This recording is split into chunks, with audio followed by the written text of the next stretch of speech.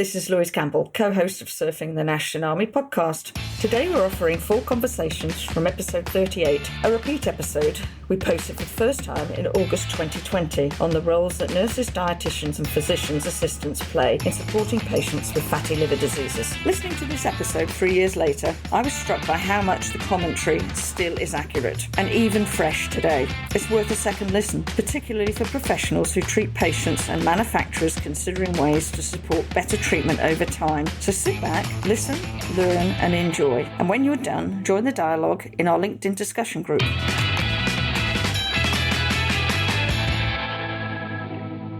Roger Green. Well, actually, I want to go to a pre-question, and I want everyone's answer to be no more than a sentence, okay? And Peter, I'll start with you. One sentence answer. Is the healthcare system as constituted in the country you live in, different than Louise, able to deliver the level of wellness support that people need so they never get that sick in the first place? Is it able to deliver the level of wellness support people need when they are sick? Two-part question, one sentence.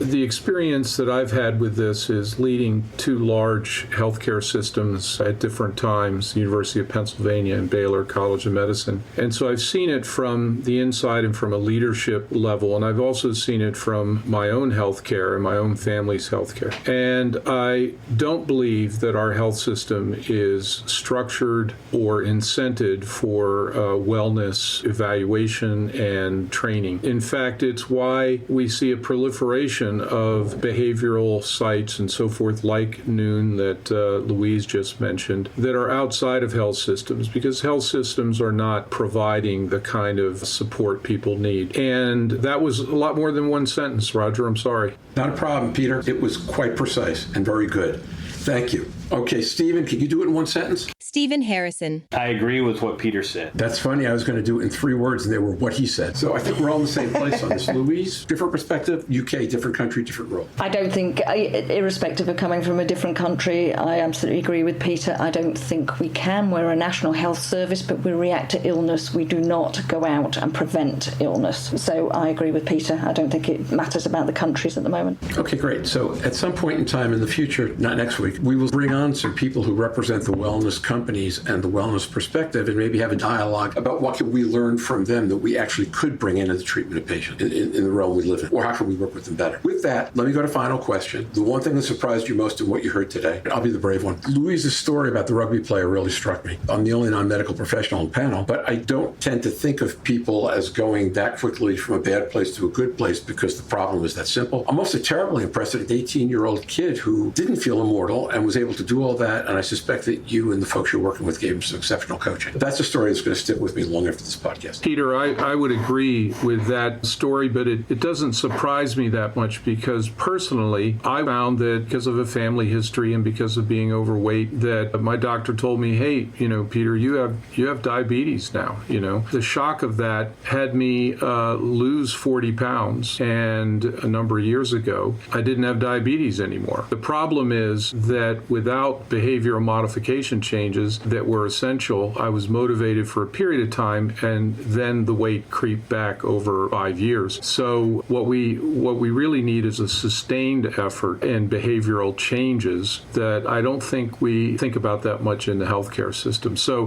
my comment to Louise was, follow that young man for a long period of time and see what happens. Yeah, I'll just echo that and maybe say that we can talk to our patients about lifestyle change. We can put a whole team in place that addresses the needs of the patient. But there's a joke about psychiatrists that I'll use to end, and that is, how many psychiatrists does it take to change a light bulb? One, but the light bulb has to want to change. And I may have used that analogy before, but I think it's apropos. Or sometimes the hardest part for our patients is the 6 inches between their ears, and they have to want to change. It doesn't matter what we put in front of them. So I think that's important to remember also. I think the thing that surprised me most is that not one of us thinks that we have a healthcare system that's suitable to do the wellness side, and I think that's a shame, but these are big, bulky systems that do need to change, and we do need to use other avenues. I'm going to make one comment and then we'll go to close, which is that I think one of the differences between the wellness systems and the illness systems is that you have to spend your own money to get into the wellness system. And I think when people put their own money down, two things happen. It's a statement of commitment and it's a statement of investment. I'm not always a big fan of the idea that goes, if you don't have enough skin in the game, you're going to treat it less seriously, but in this case, I absolutely am. If it matters to you, you're going to pay for it. Not enough enough that it hurts, but enough that you know you're spending your own money to solve the problem. I think that actually helps people act better.